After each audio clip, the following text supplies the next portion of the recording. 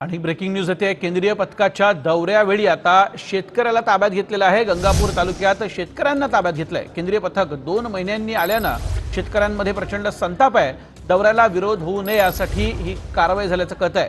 केंद्रीय पथक आज औरंगाबादच्या दौऱ्यावरती आहे, मात्र यावेळेला कोणीही गोंधळ घालू नये यासाठी काही शेतकऱ्यांना ताब्यात घेतल्याचं कळतंय। उजवीकडची दृश्य आपण बघतोय। केंद्रीय पथकाविरोधात संताप व्यक्त करणाऱ्या काही शेतकऱ्यांना आता ताब्यात घेतलंय। दत्ता कनवटेमध्ये सहकारी आपल्या सोबत आहेत। दत्ता, दोन दृश्य आपण बघतोय। एक तर औरंगाबादमध्ये केंद्रीय पथक आता 2 महिन्यांनी दाखल झालेलं आहे, मात्र दुसरीकडे काही शेतकऱ्यांना ताब्यात घेतलेलं आहे। काय अधिकची माहिती? नक्कीच वैभव, औरंगाबाद जिल्ह्यामध्ये आजपासून केंद्रीय पथकाचा पाहणी दौरा सुरू झालेला आहे।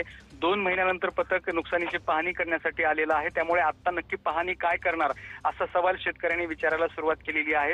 हे पथक गंगापूर तालुक्यामध्ये येत असतानाच या ठिकाणी काही शेतकऱ्यांनी या पथकाला विरोध करण्यासाठीची तयारी सुरू केली होती, मात्र ती जी तयारी आहे ती पोलिसांपर्यंत पोहोचली आणि त्यानंतर पोलिसांनी या शेतकऱ्यांना ताब्यात घेतलेलं आहे। यामध्ये गंगापूर तालुक्यातील संतोष जाधव आणि त्यांच्यासोबत इतर काही शेतकरी आहेत, त्यांना ताब्यात घेतलेलं आहे। जे शेतकरी या पथकाची भेट घेऊन यांना 2 महिन्यानंतर तुम्ही नक्की काय पाहणार आहात हे सवाल विचारणार होते। तत्पूर्वीच पोलिसांनी त्यांना ताब्यात घेतलेला आहे। तर दुसऱ्या बाजूला केंद्रीय पथकाचा अजूनही पाहणी दौरा सुरू आहे। खरं तर शेतकरी ज्या ठिकाणी पाहणी करतात त्या ठिकाणचे शेतकरी सुद्धा म्हणतात की या ठिकाणी काही दिवसापूर्वी अतिवृष्टीमुळे प्रचंड नुकसान झालं होतं, मात्र त्या जमिनीमध्ये आता आम्ही रबीची पेरणी केली, त्यामुळे इथं सगळं हिरवं दिसतंय। त्यावेळेला आम्हाला ही हिरवळ पाहून हे पथक नक्की मदत काय देणार आहे असा सुद्धा प्रश्न शेतकऱ्यांच्या मनामध्ये निर्माण झालेला आहे। त्यामुळे एकूणच या पाहणी दौऱ्यावरती प्रश्नचिन्ह उपस्थित झालंय। पाहणी दौऱ्यावरतीच प्रश्नचिन्ह आता निर्माण झालेलं आहे। दत्ता, तुर्तास धन्यवाद सविस्तर माहितीसाठी।